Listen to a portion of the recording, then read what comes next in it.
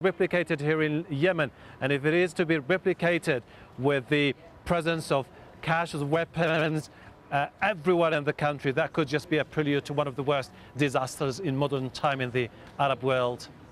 Hashim, many thanks. Hashim Al-Halbara there, reporting live from Sana'a. Protests are continuing today in the island kingdom of Bahrain. A large crowd has blocked the entrance to the Prime Minister's office at Gudaibiya Palace. There's a heavy police presence inside the gates. Elsewhere in the city, demonstrators, mainly from the Shia Muslim majority, remain camped out at the Pearl Roundabout in the capital, Manama. Egypt's new interior minister has pledged to restore public confidence in the police. It comes after protesters stormed the headquarters of the state security apparatus in Cairo and Alexandria. They said they were trying to stop evidence of torture and abuse being destroyed by police. Afghan President Hamid Karzai has told the US that civilian deaths in his country are no longer acceptable. Hundreds of protesters took to the streets of Kabul to demonstrate against US military operations. Last week, Mr. Karzai warned President Obama that civilian casualties were a serious problem. Civilian deaths have jumped in the past year as insurgents increasingly attack soft civilian targets. A roadside bomb has killed 12 civilians near the Afghan border with Pakistan. The attack happened in the eastern Paktika province. Another 5 people were wounded when the bomb exploded next to a truck packed with people. Reports suggest that the dead included 2 children, 5 men and 5 women. In Iraq, an explosion has killed 6 people and wounded a dozen others. The attack occurred in a northern district of Basra. The roadside bomb was targeting a US military convoy but exploded near a civilian bus. Just ahead, China steps up security in Beijing and Shanghai as protesters call for protests similar to those in the Middle East. And find out what links the Hollywood blockbuster Avatar to a Canadian campaign to save an ancient rainforest.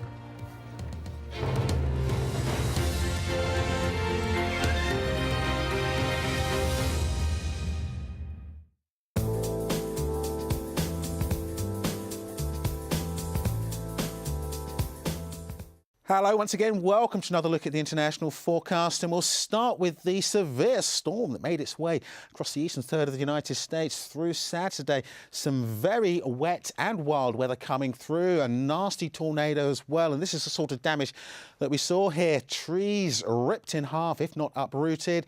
Power very badly disturbed and damaged, and we have seen quite a bit of damage to the roofing here. So we will see that lively weather now making its way a little further eastwards. You can see this thick band of cloud. Further north, well, this has turned to snow actually. We've got the mixture of warm moist air coming in out of the Gulf of Mexico, hitting that colder air out of the Arctic, and it's that huge temperature contrast that's led to those very lively tornadoes then. You see the colder air coming in behind for Denver, 11 Celsius there on Sunday, only 0 Celsius a top temperature for Monday as the snow makes its way back in. Eastern seaboard, on the other hand, will start to dry up and we will see brighter skies coming through, but more snow yet in place for that eastern side of Canada. Wintry weather continues to affect southeastern parts of Europe, certainly over the higher ground here, and to the north we could see some very heavy snow into Norway, maybe as much as 50 centimetres of snow. In between, it's fine, dry and sunny.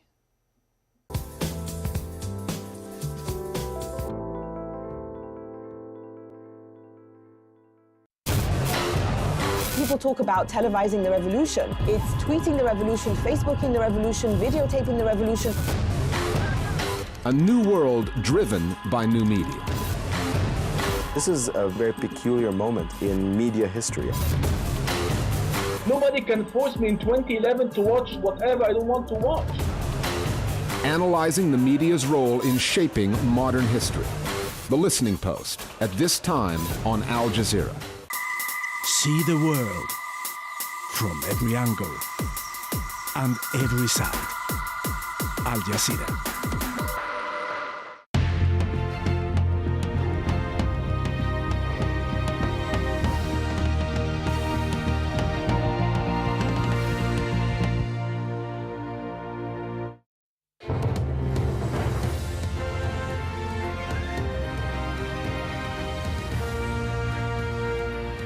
Hello again from Doha. You're with Al Jazeera. The top stories this hour. Colonel Gaddafi's forces have launched a counterattack on on the central Libyan coast. Airstrikes on rebels and ground battles are reported in Bin Jawad, Ras Lanuf and Misrata.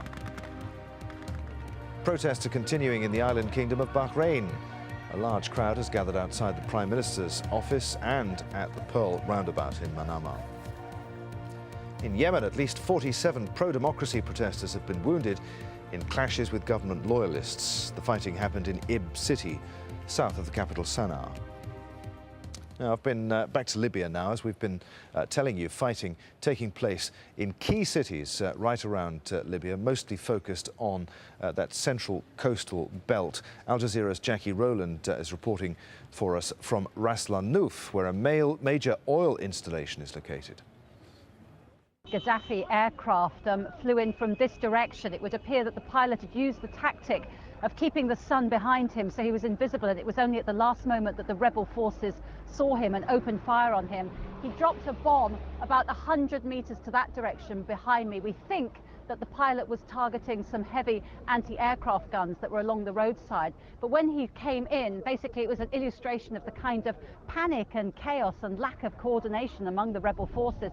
They all started fleeing. They were all jumping into these pickup trucks and fleeing down the road and back in the direction heading east, really. And then once the imminent threat passed, they were all piling into their vehicles, and now everyone is heading west again. We're seeing people loading up with ammunition and guns, vehicles and also ambulances tearing down the road, pressing forward in the direction of Bin Jawad, which is a town about 40 kilometers to the west of here, where there is still fighting going on in the streets between pro and anti-Gaddafi forces. The flood of people leaving Libya for neighbouring Tunisia appears, for the moment anyway, to be subsiding, but numbers are still posing a challenge for aid agencies. Firas Karaal is the Public Information Officer for the UN's refugee agency, the UNHCR. Speaking from Ras Ajdir on the Tunisian side of the border with Libya, he described the situation in their camp. We are right now in UNHCR's camp, which is hosting right now between 12 to 15,000 persons. The majority of them are persons from Bangladesh, but there are other nationalities as well. These were the persons who have crossed the border from Libya into Tunisia in the past several days. In the past week, we've had more than 70,000 persons, mainly Egyptians. The total number of people who have crossed the border, by the way, is some 100,000 persons. Around 50,000 Egyptians have been evacuated back to their countries in the past several days. Now here the persons from Bangladesh, it's a bit more difficult with their case because the flights to Bangladesh are 8 hours, not just 2 hours to Egypt. But UNHCR and IOM are right now trying their best to arrange a chartered flight that will take these people back home. Well, Pakistan is thought to have more than 18,000 workers in Libya. The government in Islamabad has faced criticism over its handling of the evacuation of those workers. Kamal Haider reports now from the Pakistan capital. This might be the first time these Pakistani oil workers come back home empty-handed. No presents for